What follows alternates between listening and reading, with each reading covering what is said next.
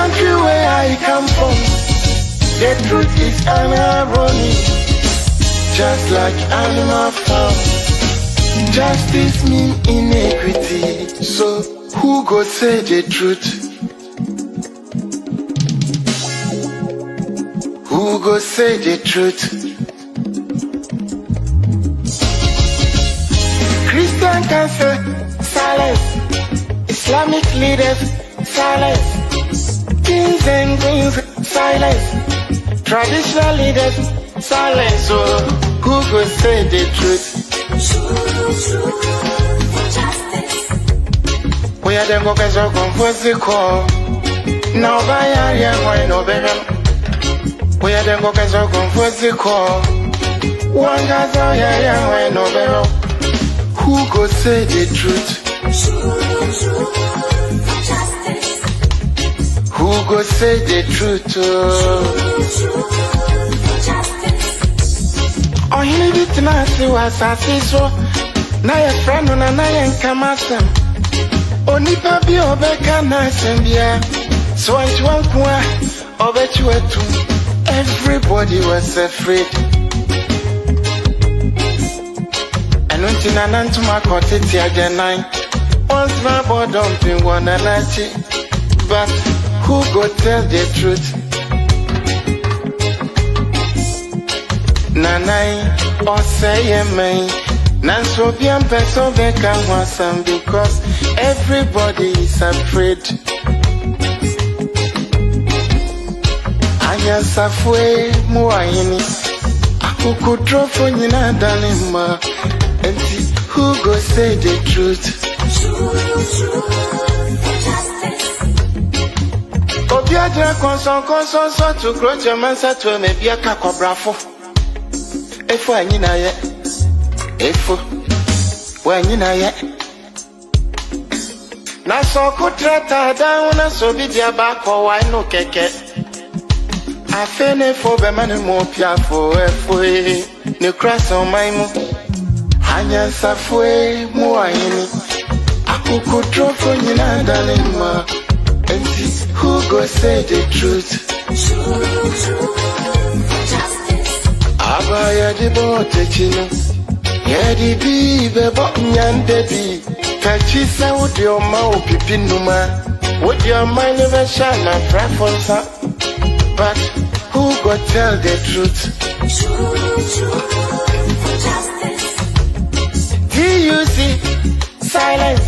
Even journalists, silence. Oh, then who go say the truth? Right is right. Wrong is wrong, no matter how you justify. You say you wanna get rid of corruption. Someone want to help you, now the person become your target. Jobless no they mean senseless, poverty no they mean useless. One day them go resist.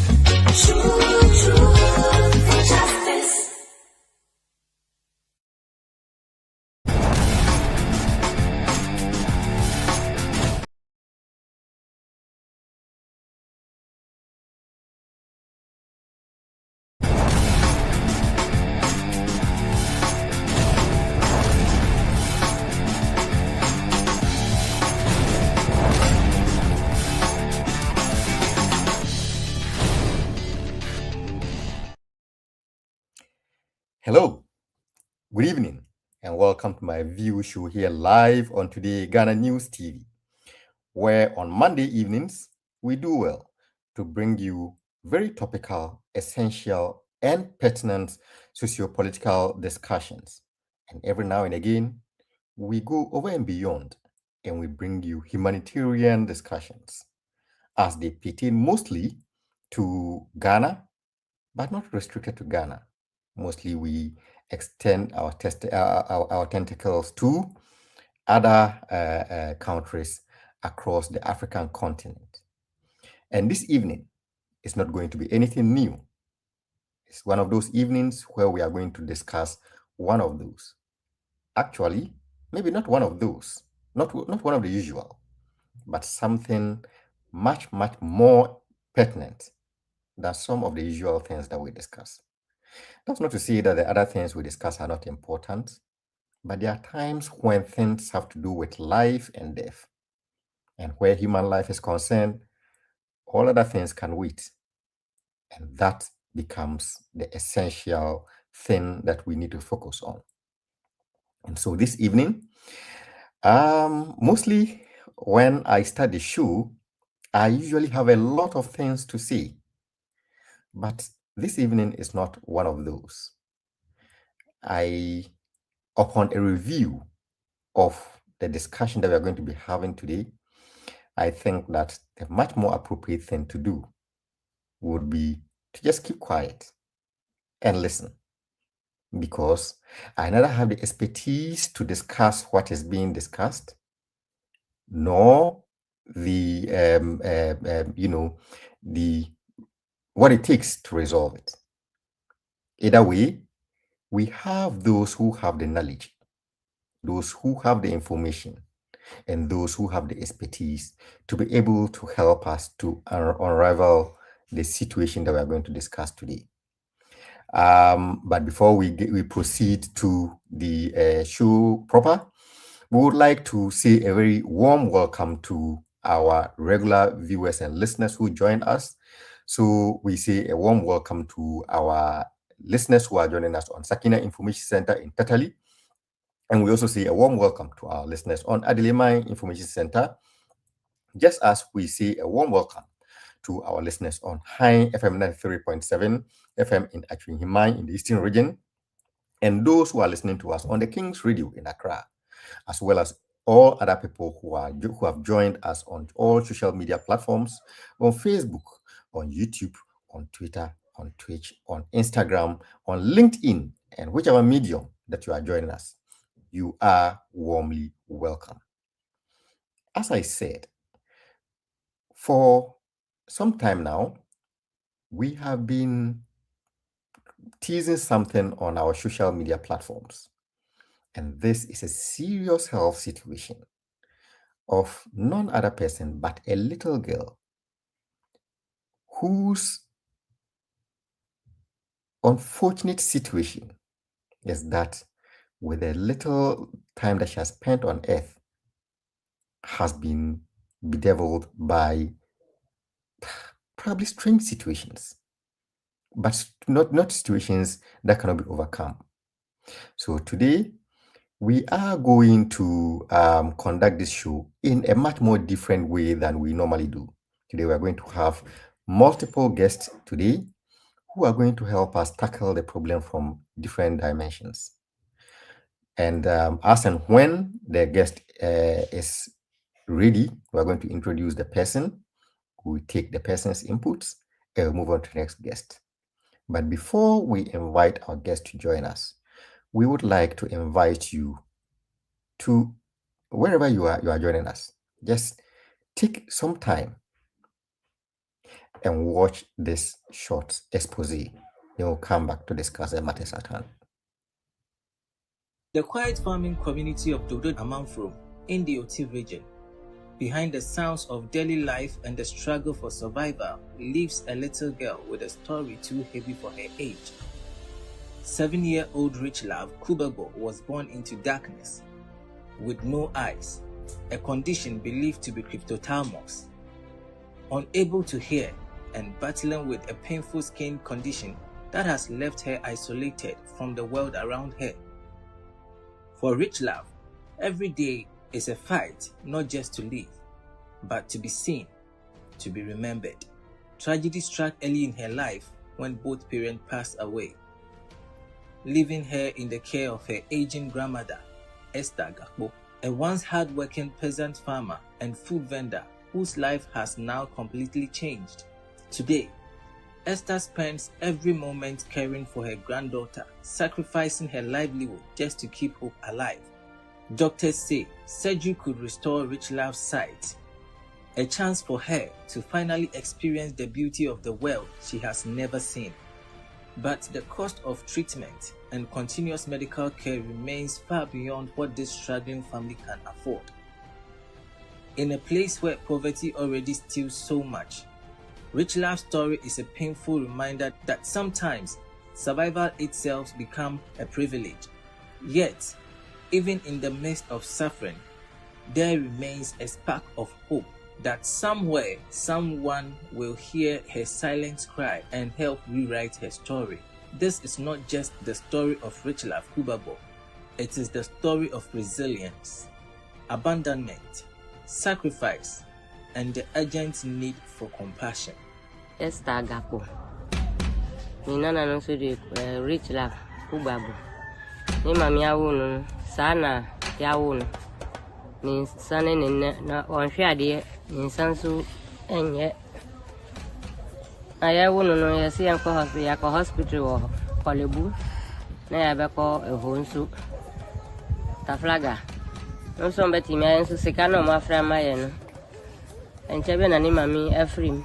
Ni papa so Efrim. Nti akola no akame so. Na me hwe no so. My name is Victor Waja Dauni. I'm a resident of the Duamamfru community here. And when I first heard of this story, I heard it through my brother. Actually, one day I came from farm and I saw a call on my phone. And after picking the call, I was trying to find out why he's calling me, and he said, oh, this is the situation. So there's a kid here who's having problem of sight. So actually, I live in the community, but I've not heard of the story before, so I was actually doubting him. So later on, he told me that he did inform the MP of the constituency. So the MP asked them to call me. I can assist them. So I also clarified from the MP, and the MP said he too is not aware, but actually he has been contacted. So I should go ahead and look for the child. So I demanded from the people if they can give me clearer information, especially the picture of the child, because the person who I was thinking that would be the person, realized that that's rather not the person. So when the picture was sent to me, I was shocked. In fact, I was not believing it. But my brothers were there and I showed them the picture and they confirmed that truly there is somebody in our community like that. So after following up, I realized that the grandmother is a known person to me. Actually, I know her very well, but I don't have any knowledge that she's having a child with such a disability with her. The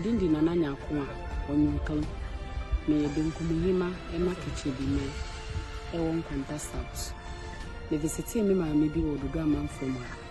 I was showing me. Until me one and me say, mamma, a trouble friend, but we shall chair no more. Oh, maybe, I know if you say Colanada. Timmy, I can't know me and to me was my minister before. Until the oil was so my miniature. Not my minister so called. It's a better baby, and I know I can't know why, dear. I mean, you cram me soon. Oh, I'm going to comfort.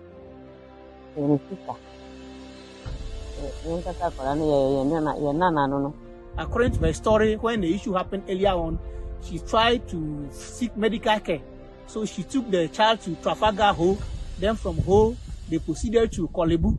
So when they got to Kolebu, the doctor confirmed that the child, the eyes are there. The eyes are very good. If they do operation, the child can see. But their challenge was that the amount they called us at that time, it was 2020. 6 years ago, and the doctor demanded 100,000 Ghana cedis, which is 1 billion in the old currency, as at 2020. So from 2020 to today, we know that the price or the amount will increase. Unfortunately for us also, when they came back from the hospital, there was some windstorm where their roof was taken off and everything was destroyed. So they can't even trace the medical records of the child. So it means the process has to start from beginning. So we are appealing for assistance so that they can take the child back to Kolebu to see if they can assist them.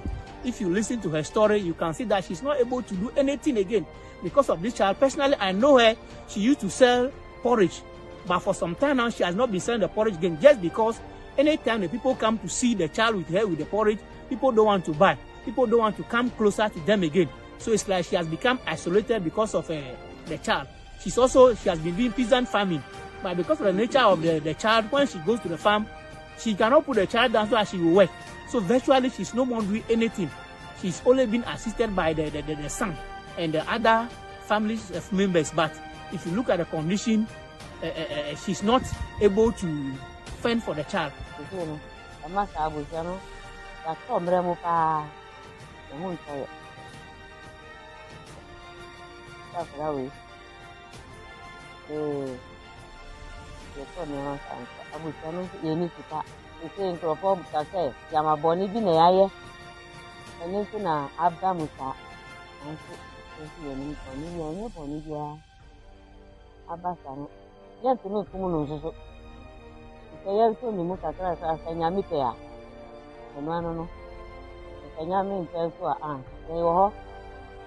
Oh, so far as I am pinning around, I in the constituency.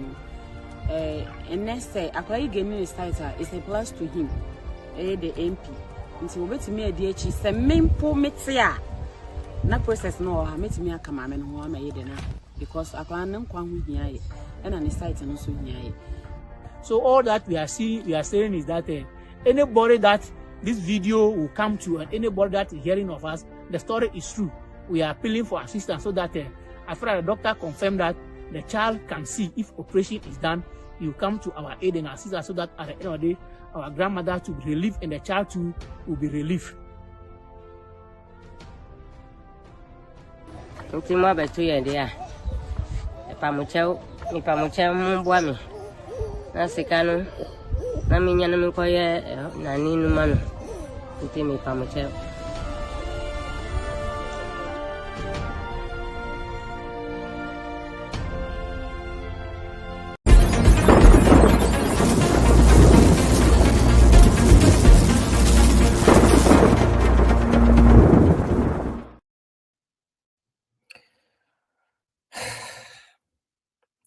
Welcome back.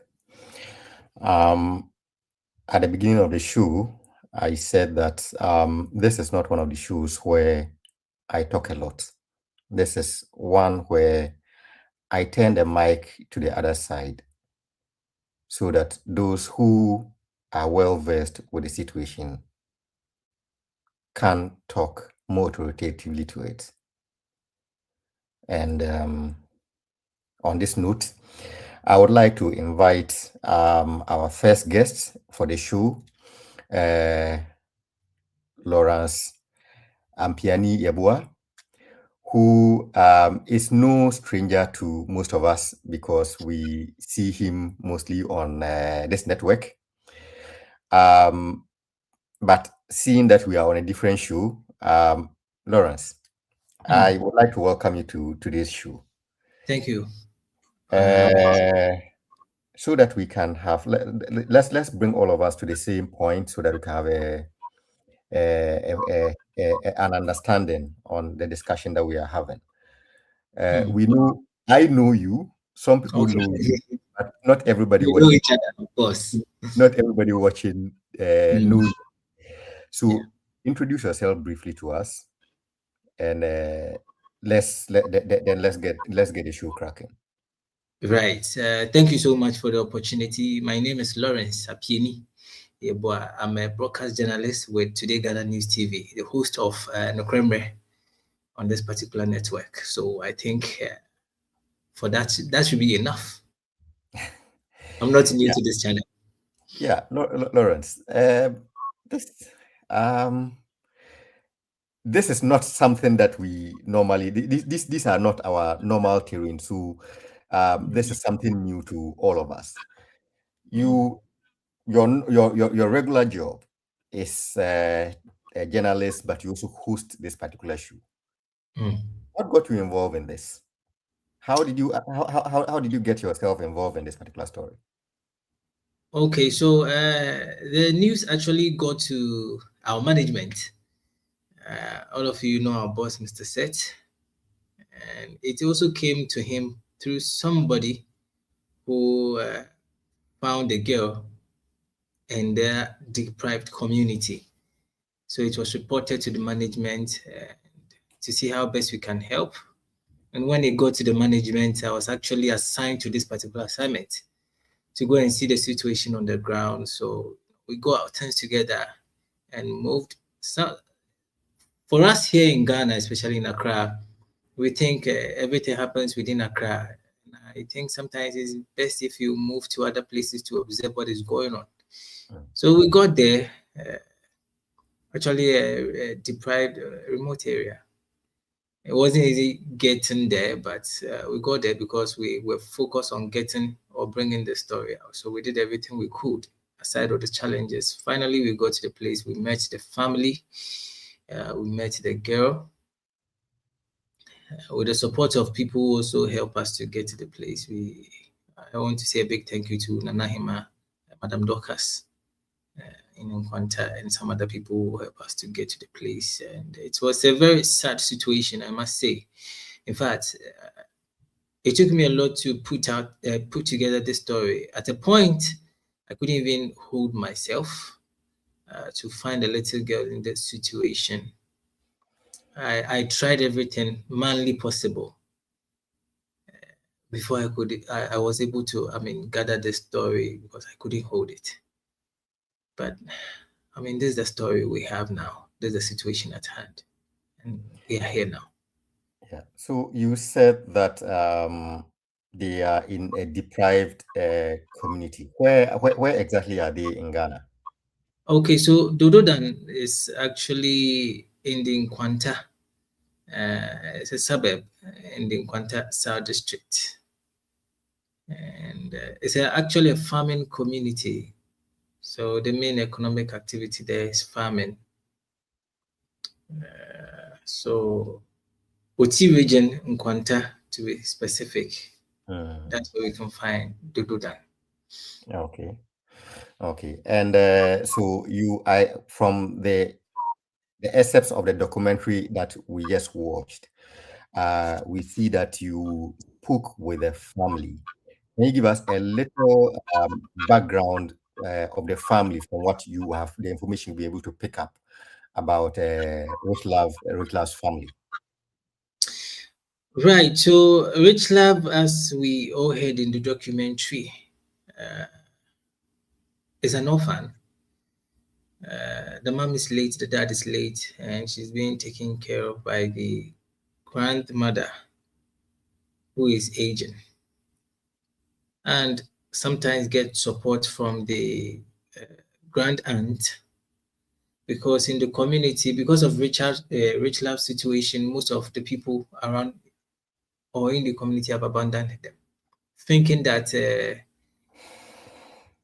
Richard is under some sort of Richlove, I beg your pardon, is under some sort of spell. Is actually what the family did, and in our community, you know how we think about such situations. So a lot of people have abandoned them. The woman happened to be a peasant farmer, but because of the situation now, she cannot do anything.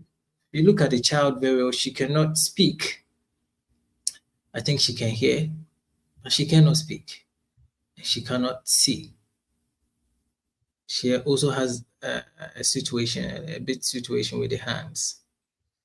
And it's very complicated dealing with a child like that. So due to the situation, the woman had to quit everything that she was doing just to take care of the family. And it's actually a poor family. It's actually a poor family. That's how they live in the community. So sometimes if people who are close do not come to at least support the family, even feeding is a problem. So that's the state of the family.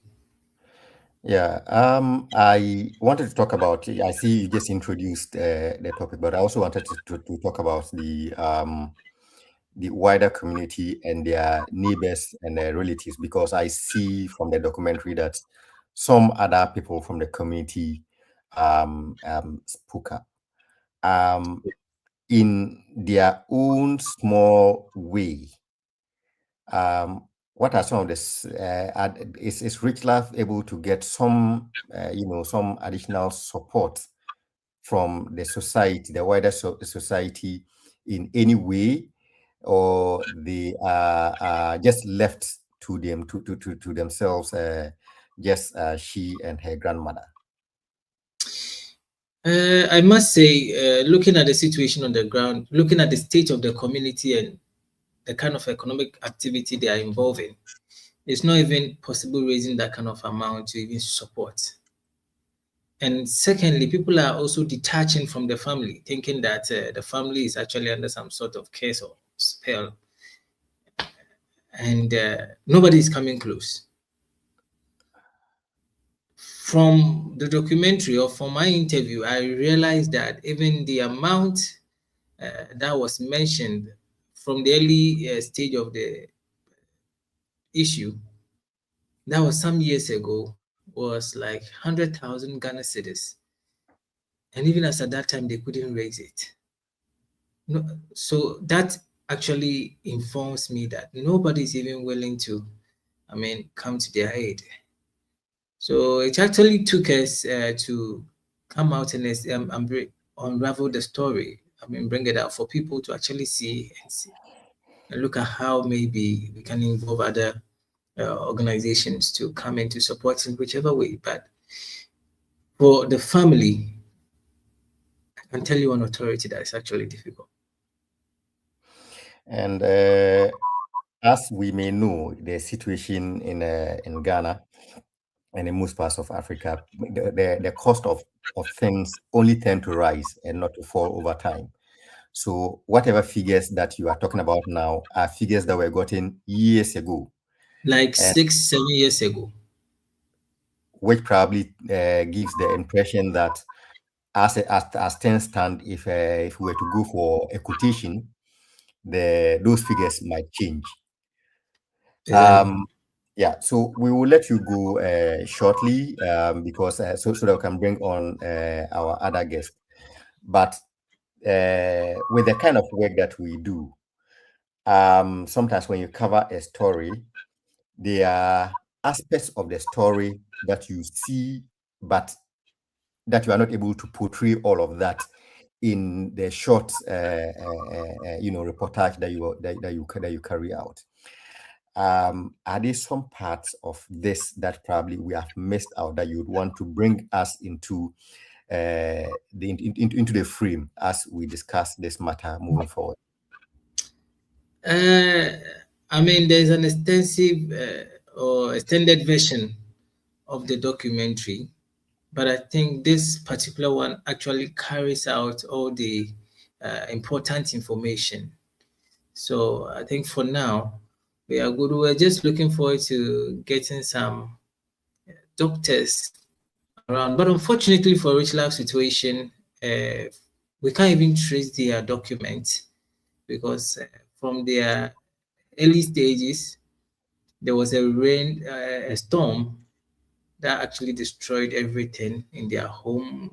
So now we can't even trace the document to even talk to health practitioners to see where this thing goes. But with the information that we have, this is enough.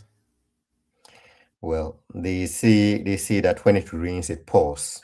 Yeah, when problem comes, it comes in heaps. And it appears this is the situation that Richlove has found herself. So we'll let you go. If there's anything that you want to say in a few seconds, this is a chance for you to say it. Then we'll let you go for now. Oh, for now, I think it's imperative that we let the experts come in, and let's see. I think you already have somebody on the line, so I'll be at the background whilst we listen to some other persons. Of course, Nana Hima, one of the people or one of the persons that actually, took us to the place and helped in facilitating where our accommodation and all that. She did a lot. Since she's already on the line, I think we should also, because she has most of the information. Before we even got there, she introduced her to the whole situation. So I think she also the best person to talk about. All right. Thank you very much. Thank you very much, Lawrence, for your time, and we are grateful to you for the good work that you have done so far. We are most grateful. So let's welcome Nanahima, who is joining us to discuss the sad situation of Richlove. Nana, good evening and welcome to the show. Please unmute yourself. Kindly unmute yourself. Sorry. Please, I hope you can hear me now. Yes, we can hear you loud and clear. Okay. Yeah. Good So evening once again for welcoming me to your show this evening. we are welcome to my view show on Todayghananews TV. So before you joined us, we were talking to our reporter Lawrence, and he tells us about the role that you played in assisting to uncover this situation. Um, what is the peculiar situation of Rich Love that is known to you Mm. that you want the world to know about? Okay, thanks very much for such an interview and taking a whole show time to just talk about Rich Love.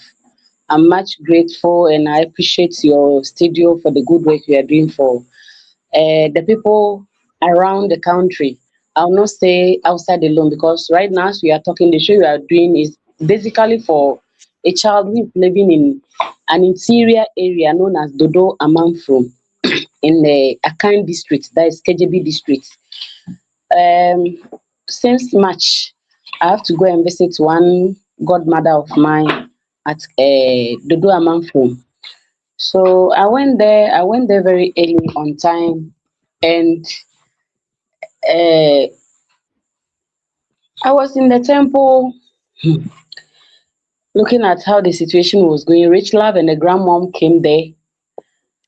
When they entered into the temple, the grandmom was just carrying Rich Love at the back. So I thought Rich Love was sleeping. No, no, we Rich Love cannot see at all.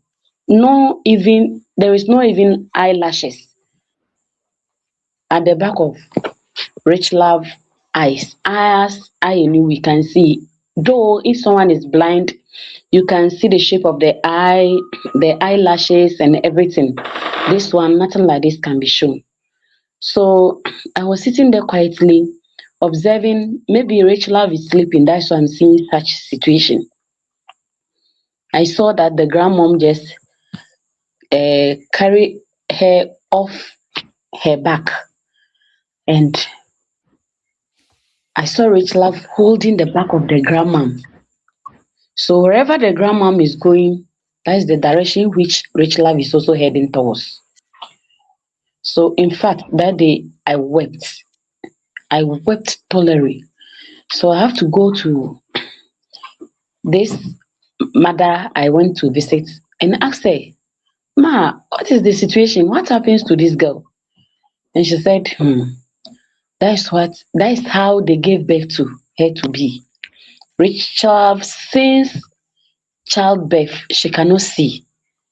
And even the where the eyeballs are is not even directly facing where ours are. And I asked her, so can this girl be alone in case the grandmom is not alive? She said that is the question they are all asking each other. So I first of all asked her the steps they have taken first. And she said they gave birth to her at Dodo Dine, a hospital clinic over there. So after that, they asked her, the mom, to send her to Trafalgar. It's around who. So they went there and they said they should send the girl to Kolebu Teaching Hospital.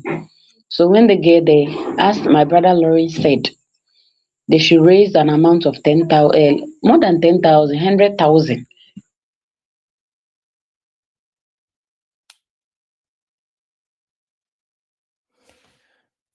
There is no money in the system. They have to come back and leave Rich Love blind. And unfortunately, the fingers like this, the palm like this, they are also not open. It's something like that. Only some see is like this. So all the palms are also closed. Rich Love can hear you talking, but she cannot talk back. The worst part is what? How she cannot see at all. So I asked of the mom and the dad, and they said, unfortunately, they are all not alive. So the grandmom is the one handling Rich Love. Because of that, the woman was selling porridge every morning. People said they have, Ghanaians how we behave, so they will not buy the food. So the woman have to stop selling the porridge and start to handle Rich Love. And my brother, in his own world, the girl is really suffering. The very day I went there with Brad Lawrence for this interview and other thing, in fact, when this girl needs something, unless to be hitting the head, the hands will be hitting the head. And I asked the grandmom, so what is that? And she said, if she needs something, even if she will eat, those are the signs that she has been doing. And even in their own home, the junior mom, whom Ghanaians we call Mami Kuma or Mami Penny, are not ready to carry Rich Love at their back. One said, ferry. So it's only the grandmom. And the question is, Rich Love is a female. Today, if Rich Love grandmoms pass on, we are not praying so. How is she going to live in this world? Excuse me to use this language. Women at a stage, we have to go through some process, being it the menstruation process. In case Rich Love is in this situation, this age, and the grandmom is not there, how is she going to live? That made me push her videos and pictures to your show so that you can join hands together with those who are feeling pity with us to raise some amount of money so that Rich Love will gain her sight, because it's very terrible. Okay. It's very terrible. Thank you for now. I think for now you have given us a proper background on the situation of Rich Love. Before we get our next guest to join us, see, a lot of things are coming together that makes the situation quite difficult to take. In her condition, you probably have some information on the community as well. How is the general community reacting to this situation? How do they treat her and the family? Thanks for asking. Bro, it's never easy for the grandmom. Even those they live apartment with don't want to get nearer to Rich Love and the grandmom. That's what I'm saying. A typical example from where Rich Love is even eating from. Her own aunties are not ready to embrace Rich Love. And my brother, see it, how more the community. The community are not ready to even the first day we call the MP, how should I even say it? MP, this thing, the one who is in charge of the MP when the MP is not around in the town. She was arguing. He said he thought Lawrence is using Rich Love for maybe money because such situation is not in their community. So when Uncle Lawrence tried to call him, he's not trying to give him the right information. He said he doesn't know, nothing like that is in the community. So till we went there before the man also went and saw Rich Love. And frankly, no one is getting nearer to them.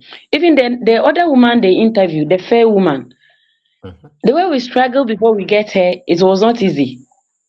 They are not ready because they seem to be different story altogether. Those are the ways. So the community, they are not living in good terms with Richlove and the grandmom in the community. So according to the grandmom, she doesn't go anywhere.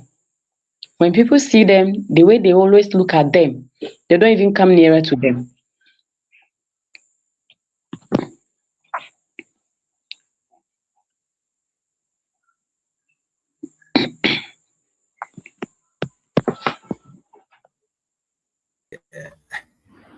In fact, I could still even picture as at now how an auntie, a young auntie of Richlove, told us straight in the face that she can't carry Richlove, even just for the interview. Yeah. Wanted her to come close, and she doesn't even want her face to be seen where Richlove is. I don't know why I keep saying Richlove. She doesn't want to have anything to do with Richlove, and this is Richlove's mother's younger sister, a direct family, one blood. Even her, she doesn't want to have anything to do with the young girl. And that is how sad the situation is. So you can imagine if families are not even ready to accept her and show her the love that she deserves. At some point, I was wondering why the name Rich Love when she's not receiving any love, not even from a family. This is how sad the situation is. And like I Oh, said earlier, even me as a guy, hearing them say what they said, I couldn't put myself together. I couldn't hold it. So right after the interview, Nana Hima was my witness. I told her I had to, I mean, stay strong for that interview because it broke me. It's one of the interviews that has really taken something out of me. Up till now,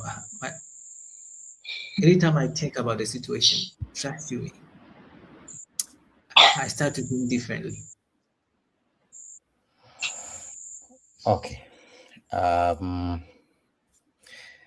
let's try and move the conversation a little bit forward.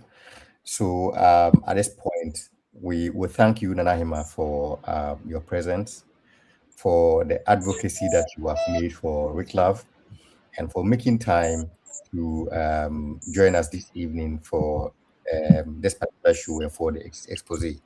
We are most grateful to you. We would get our other guests also involved in the show, and together we are positive that maybe we can find a solution one way or the other. Thank you very much, Nanahima, for joining us. So, if you have been listening to us over the past half of the show, we spoke to Lawrence, who is a journalist on this network, who is the one who discovered the Richlove's situation with the help of Nanahima, who joined us later. Together, the two of them have helped to give us a background on Richlove's situation and how she got to be in her predicament and how and what she is going through. We'll take a short break now. We'll return shortly. We'll take some comments from our viewers. Then we get our the two remaining guests who would help us with our way forward. Thank you very much. Go nowhere. We'll be right back. Welcome to Beyond Makeup, where beauty and confidence are taken to a whole new level. Here, we pamper and take care of you like royalty. Enjoy our gentle waxing, refreshing facials, and soothing massages that melt away stress and leave your skin glowing. We also offer professional makeup services, manicures, pedicures, durable nail extensions, and perfectly sculpted ombre brows. We give you the most perfect soft lashes that highlight your natural beauty. At Beyond Makeup, every visit is more than just a service. It's an experience of care, elegance, and transformation. Locate us at Chado Last Stop or call us on 0559 933 505 or 0506 474 911. Follow us on Facebook, TikTok, and Instagram. Beyond Makeup, your journey to wellness starts here.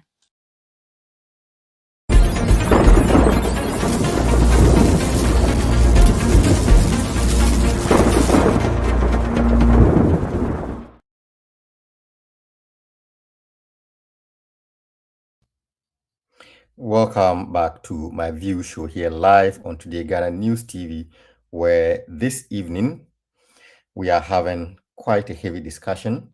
We have been discussing the terrible health situation of Richlove, who is going through something that no human being should be going through. And together, we want to discuss the situation and see what remedy can be had for her and what we can do to ameliorate her situation, or at least, if not take it away completely, but try and bring some level of relief to her, to her, and to make her life better off. So we thank our regular viewers and listeners who are joining us on Adelema Information Center in Adelema Information Center. Also to those who are joining us on the Sakina Information Center in Tatali. Also to those who are joining us on High FM 93.7 at Chinyimai, and also to all those who are joining us on the King's Radio and everybody who's joining us on all social media platforms. Thank you very much for sticking and staying with us as we move on to the next phase of the show. So let's take some comments from our viewers and listeners who have joined us this evening. Comrade Charles Poku said, Comrade Albert, long time. Yeah, it's really been quite a while. Thank you very much for your comment. We are grateful. Nana Tefrim, you say, good job. May God grant her sight. You are watching from Tatali in northern Ghana. Thank you very much, Nana Tefrim, and all the people of Sakina Information Center who join us from Tatali. Nana Tefrim, you are saying your greetings from Tatali in northern Ghana. Our greetings to you and the people of Tatali as well. Our next comment comes from Dennis Andabang. Dennis, hope you are doing well. How are the people of Upper West region? You say, good evening, Albert. It has been a while. Yes, it's really been. You are wishing, I wish you the best of program. Thank you very much. You are doing the monitoring from WA in the Upper West region. Thank you very much, Dennis, for always making time to join us. Robert Kimpi, you say, hey, you are watching from Paris in France. The story is very sorrowful. Indeed, it is. I have nothing else to add to that. NDC Diaspora Union, you see, may God intervene for them. This is very serious. May God and the government come to their aid. You are watching from Amsterdam, Holland. Thank you very much, NDC Diaspora Union. Asempa Hinebuachi, you see, you are watching with a heavy heart from Achin Himai. Bravo to you guys. Thank you very much, Asempa Hinebuachi, for doing the watching. Mavis Boating, you see, this is very sad and disheartening to watch. You are watching from Lisbon, Portugal. Thank you very much, Mavis, for joining us. Frempong Bafi, you say, this is very sad. I'm even crying. You are watching from Akusi. Thank you very much, Frempong Bafi, for doing the watching. Jaframa TV, you say you are watching from Rara in Uti region. Dodo is very close to is very close to you, you mean. God have mercy. Thank you very much. Kweku Ivo, you say, let's share this to reach the whole world. Thank you very much, Kweku Ivo, for your comment. Frima Oyi, you say, Missful God, please locate them. Thank you very much, Frima, for your comment. Sikapa TV, you say, I can't hold my tears. Oh God. We are grateful to you for your comment, Sikapa TV. As we are grateful to all the viewers who have made time to join us this evening. For those who are watching, who haven't shared their comments, we are grateful to you as well. Margaret Houston, you are saying you are watching from Nkwanta. Our queen has done well. God bless you for doing this for the little girl. Thank you very much, Margaret. Thank you very much. And thank you to everybody who has joined us. As we move forward in the show, some people, we see that there's a lot of lamentation and good wishes, but let's not let our lamentation end at that. For those who are watching, please let this go as far as possible to reach as many people as possible, so that together we can come together to provide some aid and assistance to Richlove in her condition. Now, let's go and have our other two guests. We would invite, at this point, we invite Miss Ida Sa. Miss Sa is the Director of African Disability Policy Advocate, ADPA, and she's time this evening to join us. Good to you, Miss Sa. How are you doing? I'm fine, thank you. Good evening, Dr. Albert. Good evening. Good evening to you as well. I'm pleased to join this. We are happy to have you join us on today's show. We have been wanting to have you, but today we have you. Unfortunately, it is on this sad situation that we have had you. Tell us a little bit about yourself and your organization and what you do, so that we take it over from there. Okay, let me introduce again myself. My name is Aida Sa. I'm from Senegal, and I'm the Executive Director of African Disability Policy Advocates, that is ADPA. And our goal is to promote inclusive policy making and governance systems that uphold the rights of persons with disabilities. So I think that it's very important, when we talk about ADPA, but also I speak not only as a participant in this conversation, but also as someone who has worked for 20 years as a journalist and disability rights advocate. And the story of Richlove is very, very sad.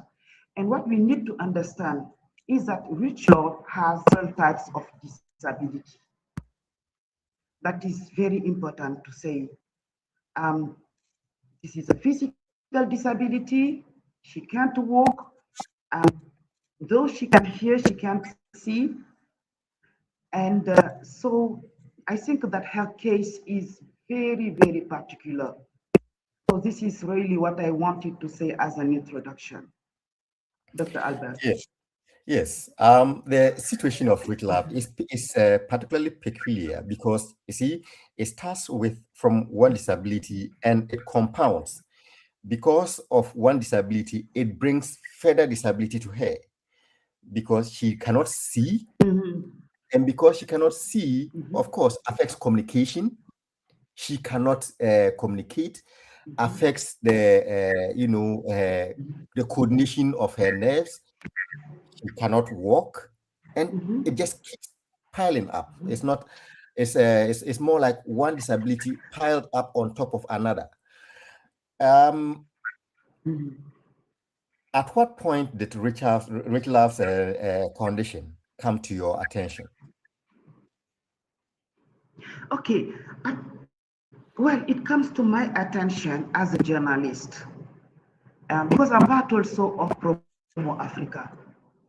So I think that the role of Promo Africa, the network of journalists, is very important on advocating for the rights of Richlove's.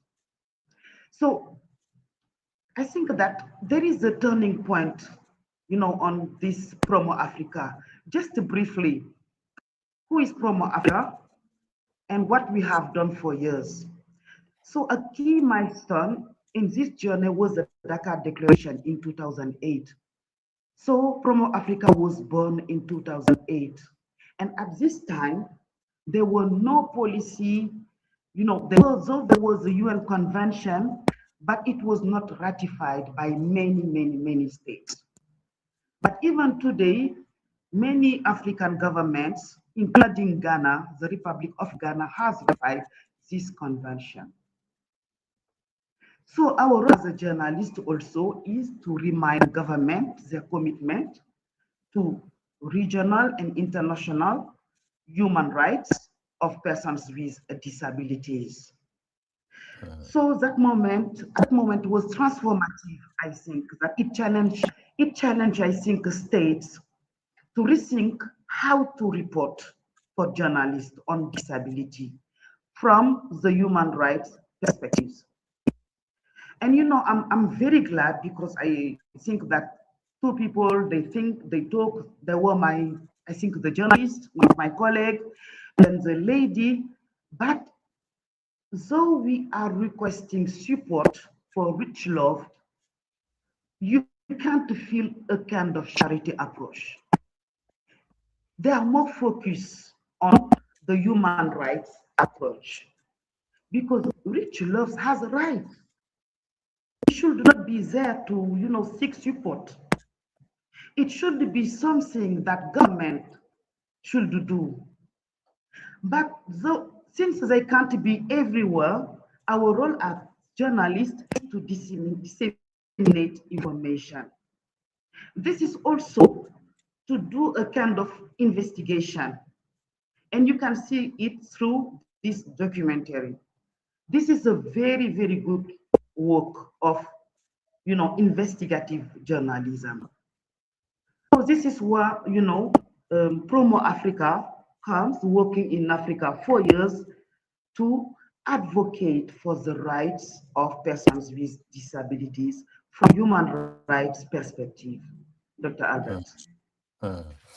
That's quite a unique role that your organization and you have to play. As you may know, our station is a disability friendly organization, and look, in most of our discussions, we said, look, people think that they are not bothered about disability, but an able person today can become disabled tomorrow. Anybody can become disabled. So Right. we try to remind people that it is in everybody's interest to seek support for those who found themselves in one way or the other with extra support. And we are grateful that we have organizations like yours who do the work that you do. We would like to encourage you so that as we continue to partner with you to bring the situations of disability more to the fore so that we can have them addressed as much as possible. We have been holding you for some time. Before we let you go, is there some information that you would like to pass on to our listeners and viewers before we let you go this evening? Yes, absolutely. I would like to say that as myself, I'm a person, a woman with a physical disability. So I understand very well the issue. And also, I would like to emphasize that through investigative reporting, advocacy journalism, and storytelling, the media has contributed to raising visibility, as we are doing with Richlove, of persons with disabilities in public debate. So what we want is just to encourage a public debate on the case of Richlove and supporting advocacy efforts that led to stronger national disability laws. And just to remind you that though Ghana has ratified the UN Convention on the Right of Persons with Disabilities, I think that they did not yet ratify the African Disability Protocol, though they are in the process, as well as my country. So just to call the government, a call for action, the government to ratify this protocol, because this protocol actually is adapted to the African context. So I think that the case of Richlove really fits in this African disability policies. And just to conclude, Dr. Albert, in many ways, policy change has often followed public awareness, and public awareness has often been driven by the media. Just to show you, to tell you that the role of media is very critical. Thank you very much. Thank you very much, Ms. Sa, for making time to join us this evening. We are most grateful to you.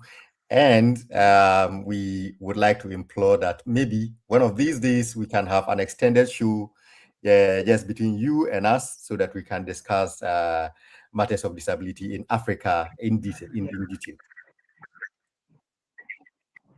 My pleasure, Dr. Albert. Thank you. Thank you very much. So that was Ms. Ida Sa, who is Executive Director of the African Disability Policy Advocates, ADPA, and she made time to join us this evening. Together, we are partnering with them to bring light to Richlove'S situation and to push this as far as we can. So at this point, we would invite our last guest for the show, and we have been reserving him for the last bit because he brings us a perspective that none of us have. So let's welcome Peter Hassler, who is joining us from the UK, right? That's right. Good. And thank you very much for making time to join us this evening. First of all, before we proceed with the conversation, how are you doing? I'm doing well. It's been a difficult watch, hasn't it? That documentary, difficult watch. Yeah, it's I as a media practitioner, it's not very often that I run out of words, but I watch it and I cannot find the appropriate words to express myself when I watch something like that. It would take somebody with a heart of stone not to be moved by something like that. And yeah, so we are grateful that you have made time to join us. Okay, so before we go, we have had various guests join us at various points and tell us at what point they have gotten involved in the situation. You are far away in UK. This is happening in a remote area in Ghana. At what point did the Richlove'S situation come to your attention? So yeah, I am a mental health nurse by training, and I worked in the mental health services for, well, in fact, this year will be the 50th year, believe it or not, that I've been working in mental health services. But I'm no stranger to Ghana. I've been coming to Ghana for about 8 or 9 years, and every year I come once or twice to run programs around mental health awareness. And your journalist Lawrence is a dear friend of mine, and he has helped us in the past with our communications for the charity that I work for, called patron for the charity. It's called Bestel. And so he's been in kind of close contact with me all of that time. Told me about Richlove quite early on, before he went to do the documentary, and we talked it through, and I was kind of touched by the story then, even before seeing the excellent piece that he pulled together. So I've known about the story for a little while. I would, really important for me to say at this stage, I am no expert in eye conditions, but I've become having to research and look up a lot of information to try and understand the condition that Richlove is suffering with, which I'll tell you a bit more about. All right. So let's go with maybe areas that are within your domain. Then we spread out to the broader health health areas. You are a mental health nurse.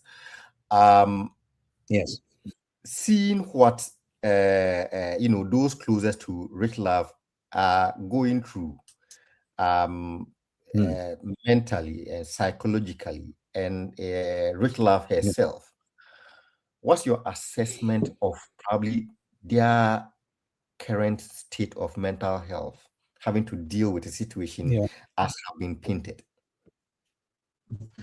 Yeah, I think firstly, I was so touched by the dedication and the love of Richlove's grandmother, who's taken on this huge burden after Richlove's parents had died. And it's become her life to support Richlove in the best way that she knows. And I think, as previous speakers have said, there is this concern, which I'm sure the grandmother holds, is what next? She isn't going to be here forever. What happens to Richlove when I'm no longer here? And I think that is a central issue, really.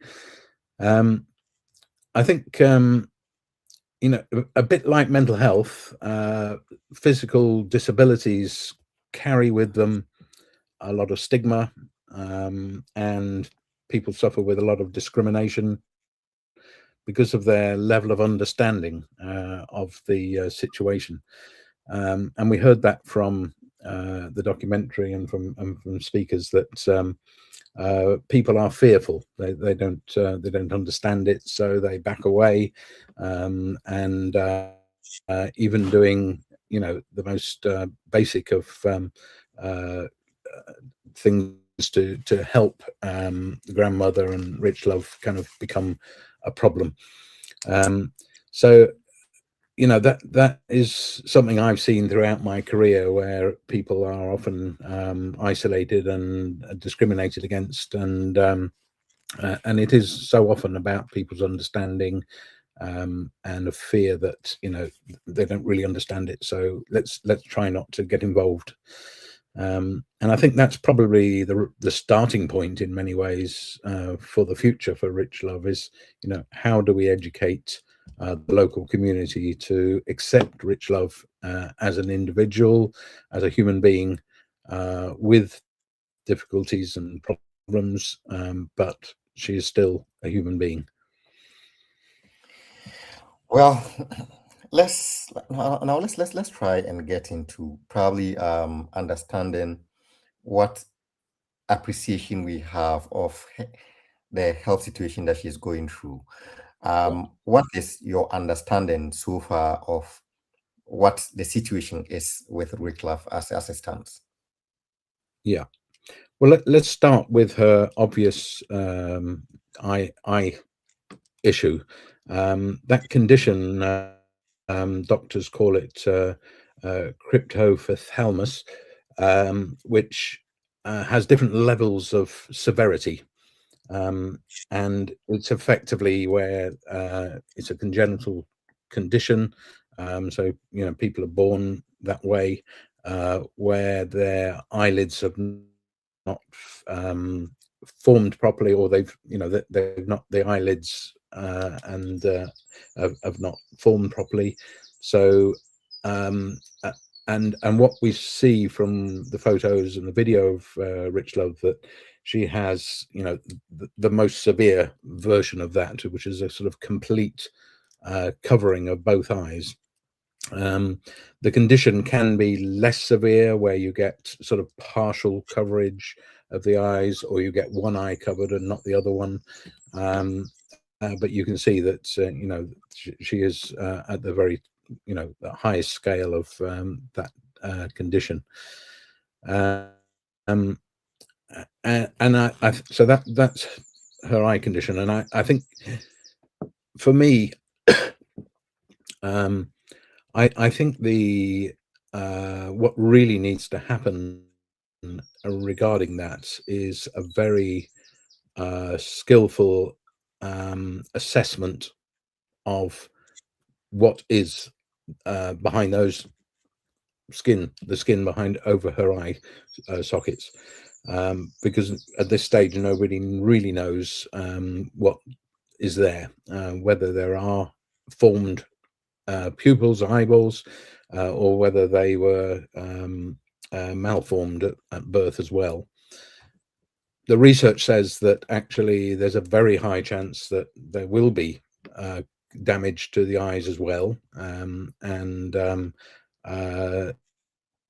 you know, that's what we really don't know. But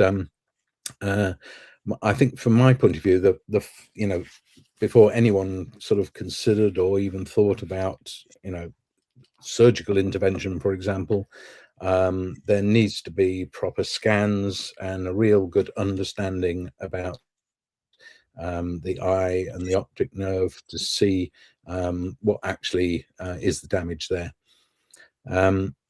To that end, I have been in contact with a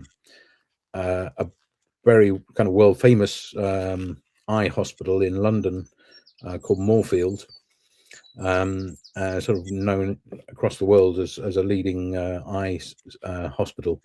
So I've been in conversation with them about could they actually give that professional opinion, and we're still in negotiation about that. But you know, this is a condition that's so rare that even people who work in that specialist field may go through their whole profession and never see a case like this. It's extremely rare. So I'm certainly from this side of the world trying to get that first stage of a professional opinion on exactly how severe the condition is behind the skin that covers her eyes. And I don't know whether in Ghana there is the scanning machines available to actually do that, or whether it would have to be done in another country. But for me, that would be the sensible first step, and really to be very cautious about saying, you know, we are going to try and restore Richlove's eyesight, because that may never be possible, because the condition is possibly so severe that her eye was never properly developed, and obviously waiting the 6 or 7 years, because normally any intervention would have been done straight after birth, really. So 6 or 7 years on, that may have even compounded the problem further. Yeah, I hope that makes sense. Yeah, but it's like you said, as you were making your point, my attention was drawn to the longevity of the intervention, seeing that right from birth to 7, even if they were eyes but were not properly developing within this period, of course, there will be some kind of impairment along the line if that was the situation. But we also know that it's possible to still make some kind of interventions in the lives of people who go through some these severe disabilities, so that at least we can restore them to some level of functionality as humans. Maybe not 100% functionality, but some degree of functionality can be actually achieved. Is it merely a theoretical assumption, or this actually something that is doable?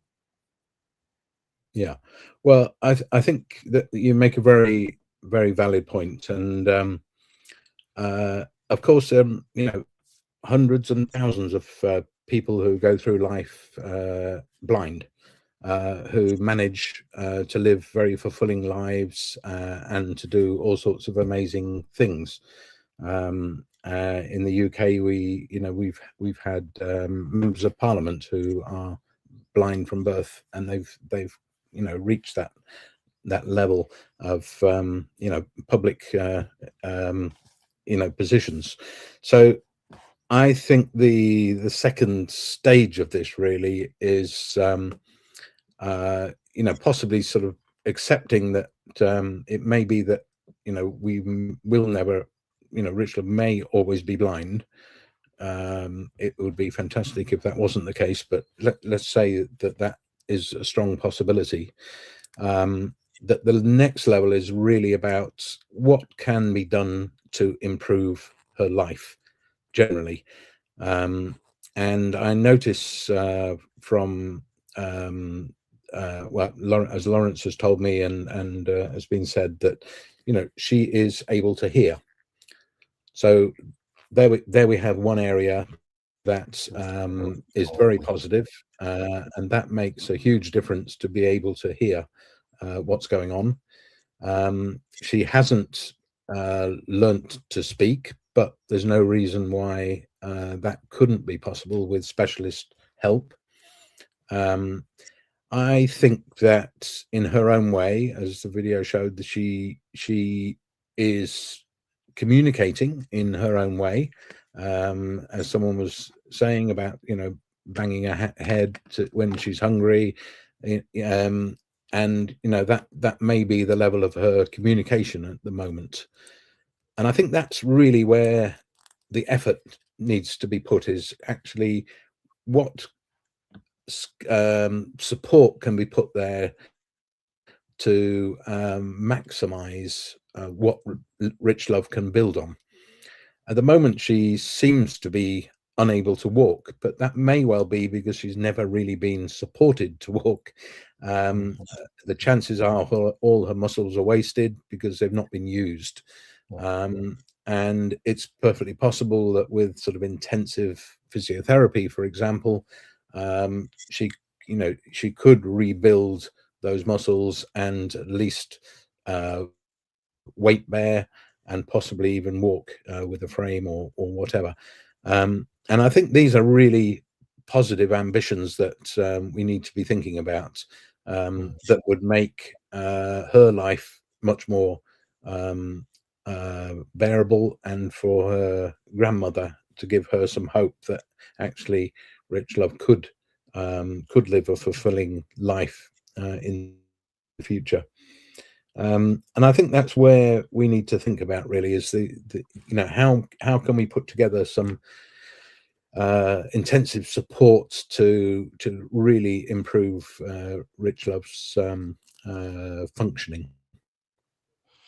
All right. And for me, the other, one more thing which I think is really key to this as well. We've heard how the local community have kind of shunned Richlove. They don't want to get involved, and that must be making the situation 100 times worse for her grandmother. And I think ideally there needs to be some education programs for the community of Richlove, the village, to actually get them to see that actually their role in this is really important as well. They need not be fearful or scared of the situation, and small gestures that they can make will make a huge difference to people accepting Richlove as a human being and someone with a future. All right. I would let you go briefly, but before I let you go, I think I might have heard you say that you work with a charity, and Yes. And then you also have this contact with this eye hospital, which is well renowned. All of these are possible interventions that can be made. But at this point, is there any sense, seeing that we are broadcasting and we don't know how far this might go because we are on the internet, is there some additional maybe support that probably we would like to put out there so that in case it's picked up by somebody, the person we could seek that support, that support to remedy the situation a little. Yeah. So I think this story will go on because we are only at the beginning of raising awareness, and that's the important thing that this short video has actually started to do.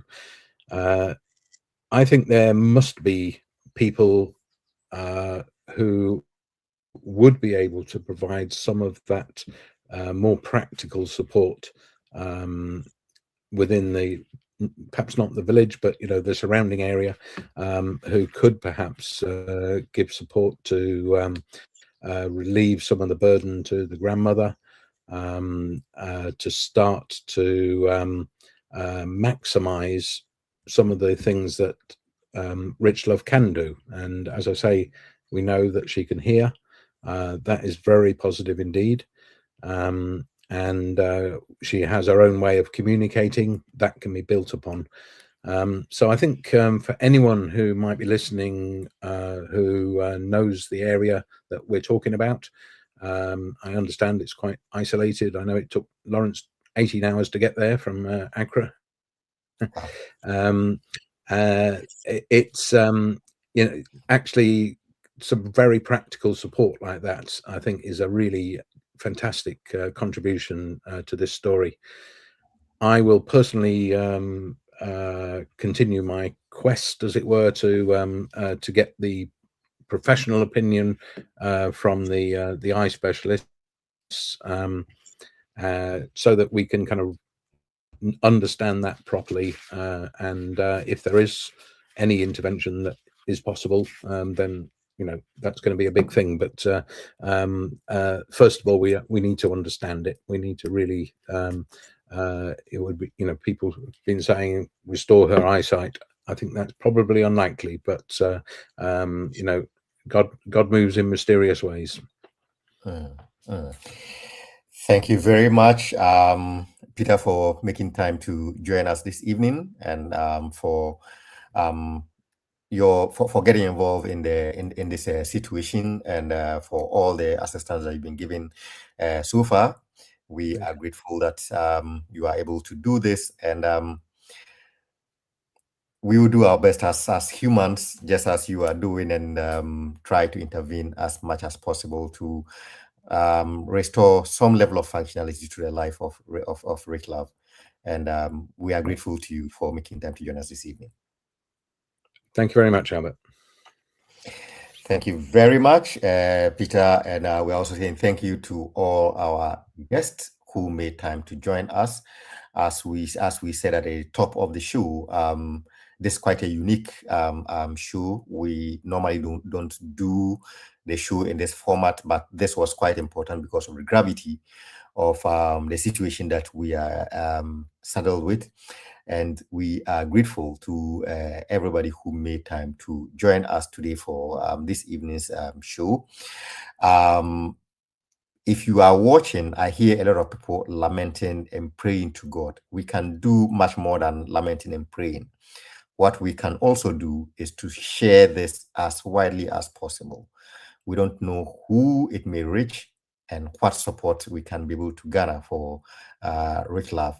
So let's try and spread this message as far as possible, so that we together would be able to bring our humanity to the fore and to be able to give some kind of meaning to what can salvage from Richlove and make her have a fulfilled life, as we've been discussing. So we are grateful to everybody who have made time to join us. We say thank you to our own colleague, Lawrence, who discovered this story somewhere along the line and was able to help us to bring it to you. We are grateful to Lawrence for bringing this story up, and we're also grateful to Nanaima, who also at some point also joined us in the show and also shared the background. And we're also grateful to Miss Ida, who joined us from their perspective and what they've been doing to help people with disability across the African continent. And of course, we are very grateful to Peter Hasler, who has taken the story up and is trying to give it as much reach as possible, so that we can be together. We can be able to get some level of help for Richlove. But before we sign out, we also like to say thank you to our viewers and listeners who are joining us from Sakina Information Center in Tatali.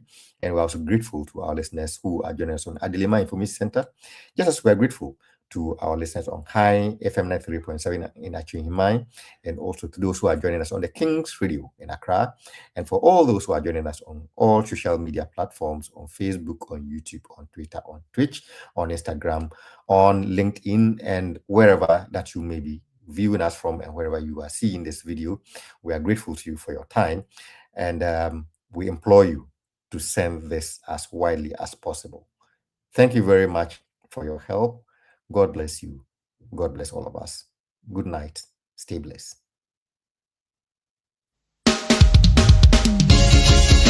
The country where I come from, the truth is an irony. Just like animal farm, justice mean inequity. So who go say the truth? Who go say the truth? Christian can say silence, Islamic leaders silence.